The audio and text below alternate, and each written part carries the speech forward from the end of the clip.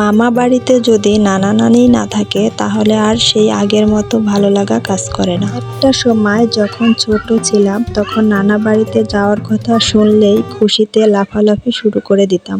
আর এখন সবকিছুই কেমন যেন উলটপালট হয়ে যাচ্ছে। আসলে আমাদের ভাগ্যটাই খারাপ।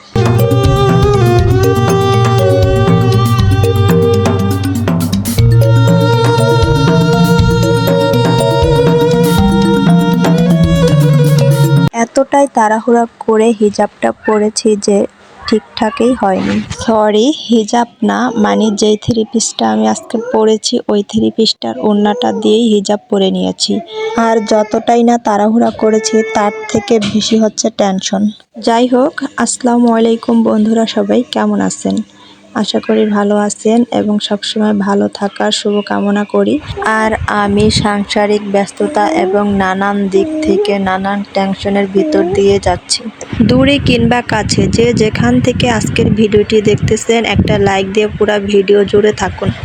ভিডিওর ভিতরে সব বিষয় নিয়ে তো আর আলোচনা করতে পারবো না, তো আজকের বিষয়টা নিয়ে একটু আলোচনা করি আপনাদের সাথে। আজকে হঠাৎ দরজা তালা দিয়ে আমি কোথায় চলে যাচ্ছি আর কেনই বা এত টেনশনে আছি, এই বিষয় নিয়েই আলোচনা করি একটু সেখানে যেতে যেতে। আর আপনারা যারা আমার আগের ভিডিওগুলো দেখেছেন তারা তো জানেনই যে আমাদের বাড়ি থেকে বাজারে যেতে অনেকটা দূর, হেঁটে হেঁটে যেতে হয়। তারপর বাজারে যেয়ে গাড়িতে উঠতে হয়।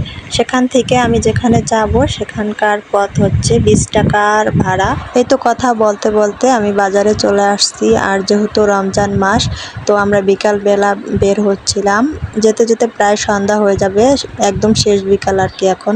তাই কিছু ইফতারি নিয়ে যাচ্ছি এই দোকান থেকে। তাছাড়া আমাদের বাজার, এটা হচ্ছে মানে গ্রামের একটা বাজার, তেমন ফলমূলও বিক্রি হয় না এখানে। আর কি কিনে নিয়ে যাব সেটা বড় কথা না, বড় কথা হচ্ছে আমি কতক্ষণে সেখানে যেয়ে পৌঁছাবো। কারণ আমার যাওয়ার কথা ছিল সকালে, আর ইমনের আব্বুর জন্য সকালে যেতে পারিনি, সে কাজে ছিল।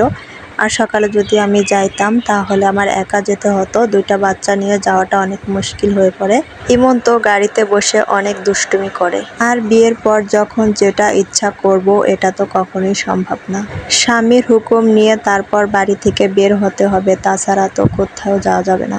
তাছাড়া ইমনের আব্বুকে আমি অনেক বেশি সম্মান করে থাকি। ইমন, ইমাম আর ইমনের বাবা, এরাই হচ্ছে আমার এই দুনিয়াতে সব থেকে আপনজন। বাবার বাড়িতে একটা মেয়ের জীবনে সব থেকে আপন হচ্ছে তার মা, আর সেটাই আমার নেই। আর মা বাবার পরে একটা মানুষ সব থেকে বেশি আদর পেয়ে থাকেন তার নানা নানির কাছ থেকে, যেমনটা আমরা পেয়েছি সেটাই বলতেছি। আর আমার নানা কয়েক মাস ধরে অনেক অসুস্থ। গতকাল রাতে বড় মামা কল করে জানালো যে তোমার নানা আর কথা বলতে পারে না, তার জবাব বন্ধ হয়ে গিয়েছে। শুনেই বুকটা কেঁপে উঠল, কারণ মা না থাকায় বাবার বাড়িতে সেই আগের মতো আদর আপ্যায়ন আর নেই। আমাদের বাড়ির সাজানো গুছানো সুন্দর সংসারটা কেমন যেন অন্যরকম হয়ে গেছে, সব এলোমেলো হয়ে গেছে। নানা সব সময় বলতো যে আমরা যতদিন আছি ততদিন যখন খুশি তখনই চলে আসবি তোরা, কখনোই এটা মনে করবি না যে তোর মা নেই, বাবা বাড়িতে কেন যাবো যে মা নেই। আর সেই নানা কিনা আর কথা বলতে পারবে না এই জীবনে। কত কথা বলতো দুষ্টুমি করে। নানা বাড়িতে নানাই হচ্ছে আনন্দ, নানা নানি যদি না থাকে তাহলে নানার বাড়িতে ভালো লাগে না। আসলে ভিডিওটি এডিটিং করার সময় আমার চোখটা পানি চলে আসছে। আর এই কথাটি তো আপনাদের বলাই হয়নি যে আমাদের বাড়ি, আমার নানা বাড়ি, আমার দাদা বাড়ি একই গ্রামে, পাশাপাশি বাড়ি।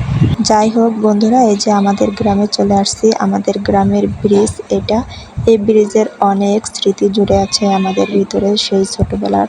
তখনকার সময় এখানে ব্রিজ ছিল না, এখানে ছিল এই ব্রিজটার মতোই উঁচু একটা সাক্কা। বাড়ি থেকে বান্ধবীদের নিয়ে আমরা এখানে গোসল করতে আসতাম, আর এই বড় উঁচু সাঁকো থেকে পানিতে লাফ দিতাম।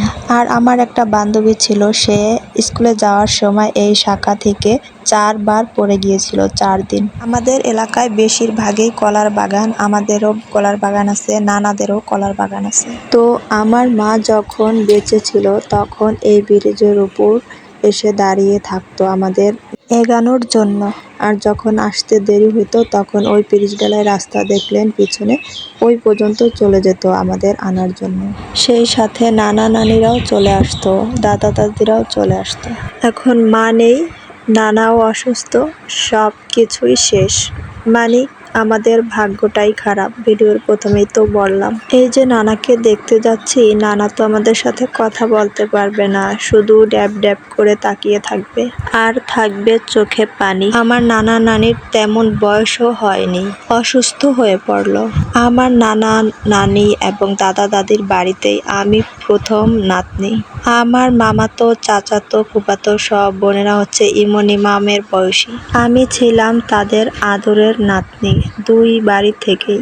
আমি তাদের থেকে যতটা আদর ভালোবাসা পেয়েছি আমার অন্য ভাই বোনেরা এরকম পায়নি।